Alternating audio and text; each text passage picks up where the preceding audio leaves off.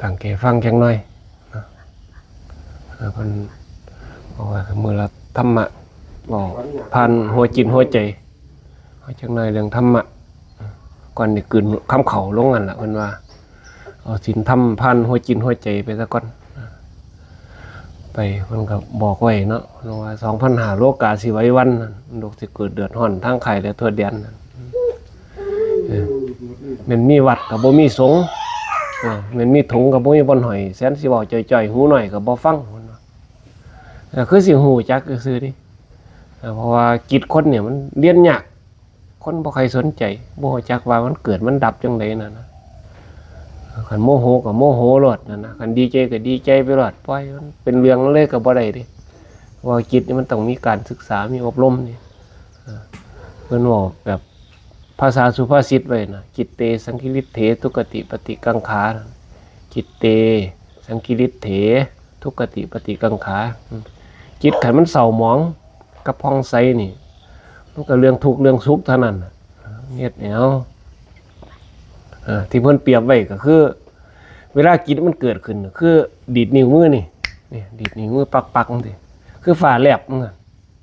รัดนิ้วมือนึงเพิ่นบอกไว้คันเฮาบ่ศึกษาบ่รู้จักว่ามันเกิดมันดับจังได๋นี่เฮาสิบ่เข้าใจเด้ให้เรียนเพิ่นยังว่า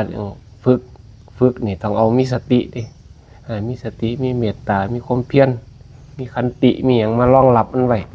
เพราะว่าความโกรธความโลภความหลงนี่ความฟุ้งซ่านดิเรียนเข้ามาเฮามันสิเตือนเฮาให้เรื่องพวกนี้ถ้าเฮาบ่เข้าใจเรื่องพวกนี้มันเรียนยากคือที่มันเรียนง่ายปานใดนี่คันเฮาบ่ใส่ใจมันคันเฮาใส่ใจแล้วก็ยังน้ำนั่นล่ะน้ำเวลามันขุ่นมันใสน่ะน้ำหนองกันน้ำมันเอาตักใส่แก้วใส่หยังมาน้ำมันสิขุ่นน่ะนะบางน้ำหนองน้ำหยังตักมาเฮาอยากมันใสเฮาก็หาสารสมมาแต่สารสมมาแกงเนี่ยต้องแกงแป๊บนึงพอได้มันละลายแล้วก็หยุดไว้บ่แม่นกวนอยู่จังซั่นนี่สารสมมันบ่แม่นเอาทุกเรื่องนี่บ่แม่นตานี่บ่แม่นเบิ่งอยู่ตลอดดิบางทีก็ต้องหลับนำแน่กระพริบนำแน่เบิ่งหูนี่กันนะฟังในสิ่งที่ควรฟังนั่นเบิ่งเพราะว่าเส้นทางเข้านี่มันก็มีอยู่ที่เพิ่นว่ามรรค8ในหนังสือมันก็เอิ้นเป็นสัมมาทิฏฐิสัมมาสังกัปโปทั้งหมดนั้นบ่ต้องไปท่องอะไรดอกเฮาไปเบิ่งนี่ล่ะทางเข้ามันนี่ล่ะ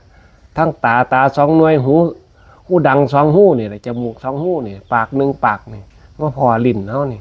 แล้วก็ผิวหนังเฮานี่มาถูกกระทบธรรมารมณ์ทางใจเนี่ยกับหู2หูนี่มันก็ได้ยิน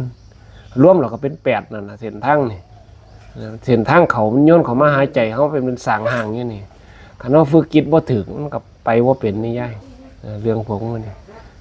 คือยังว่าดิท่านเรื่องไก่เป็นเพียงคือขันไก่แก่กับหมาไก่มันก็ขันว่าวันขึ้นลงไปบัดนี้เราทำอะไรอยู่มันก็เตือนเจ้าของก็ได้นะบางทีเฮาก็ผิดแน่ถึกแน่เฮาก็เตือนเจ้าของไว้อยู่ว่าเซาอยู่เพราะว่านี่ล่ะยายเพราะว่าคันจิตมันเศร้าหมองเนาะก็เฮ็ดเตือนเจ้าของไว้นั่นนะบางทีคันเฮาบ่เข้าใจก็มันก็ต้องถามหมู่นำแน่นั่นนะคันเฮาบ่ฝึกบ่หัดคือยังเฮาสวดนั่นน่ะยายวายะธัมมาสังขาราอัปปมาเทนะสัมปาเทถะสังขารทั้งหลายมีความเสื่อมไปเป็นธรรมดาน่ะที่เฮาสวดสาธยายกันอยู่บ่เซาน่ะการปล่อยวางจิตนี่คันเฮาบ่รู้จักก็บ่เป็นหยังน่ะก็ปล่อยมันไปบางครั้งแต่ว่าคันเฮารู้เรื่องเฮาก็มีสติเพิ่นว่าฝึกสติก็คือฝึกลมหายใจนั่นน่ะเข้าออกอยู่บ่เซาคันเฮาบ่เรียนรู้บ่เข้าใจมันก็บ่ไปบ่มาจักเทื่อที่จิตก็ได้มันบ่มีกำลังเพิ่นว่าคือยังเฮากินข้าวนี่กำลังกายมันมีอยู่แต่กำลังจิตมันก็มีวิตกวิจารณ์นั่นน่ะวิตกก็คือความคิดความอ่านเฮาธรรมดาเนี่ยวิตกวิจารณ์ปีติสุขเฮ็ดให้มันมีวิติมีสุขมีเอกคตาเฮ็ดให้ร่วมจิตให้มันเป็นหนึ่งเดียวให้มันได้เฮ็ดบ่แม่นแต่ความคิดสังขารปรุงแต่งอย่างเดียวนี่จิตสงบอันล้ำลึกนี่มันสิเป็นปัญญา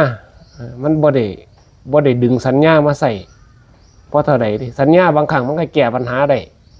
มันเป็นระบบสัญชาตญาณเนาะแต่ว่าคันมันเป็นปัญญาจริงๆนี่คือความสงบระงับพุ่นนี่ที่เพิ่นบอกไว้ว่า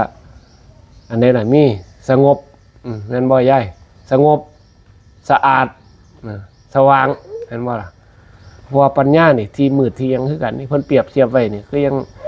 คันเฮาบ่มีคือยังห้องมันมืดๆนี่ล่ะคันเฮาบ่มีสติบ่มีหยังก็คือห้องเฮาย่างห้องมืดๆนั่นล่ะปัญญามันคิดหยังบ่ออกนี่มันค้ำหาเอาเฮาเรียนใหม่ๆเฮาอาจสิเรียนค้ำเอาคือว่าน่ะเรียนค้ำบ่ทันได้เข้าใจปานใดแต่คันเฮาเรียนเข้าใจเรื่องอารมณ์มีสติมีหยังมารู้จักอารมณ์เจ้าของเราเพราะว่าพระพุทธเจ้าเพิ่นสอนเรื่องโลกของอารมณ์นี่ให้เฮาออกจากโลกของอารมณ์เรื่องโกรธเรื่องโลภเรื่องหลงนี่ที่มันอยู่นี่เพราะว่ามันเฮ็ดให้เฮาทุกข์ใจมันบ่มีหยังดอกมันบ่มีหยังเฮาลำบากมันบ่มีหยังดอกครับมันทุกข์มาแล้วมันบ่เป็นตาอยู่มันอุกอังนั่นน่ะเพิ่นยังว่ามันตกนรกนั่นล่ะนิระยะมันบ่ค่อยขโมทนาบุญนำค่อยฝึกมื้อละเล็กมื้อละน้อยเดี๋ยวก็เป็นเองดอกจับจุดให้มันถูก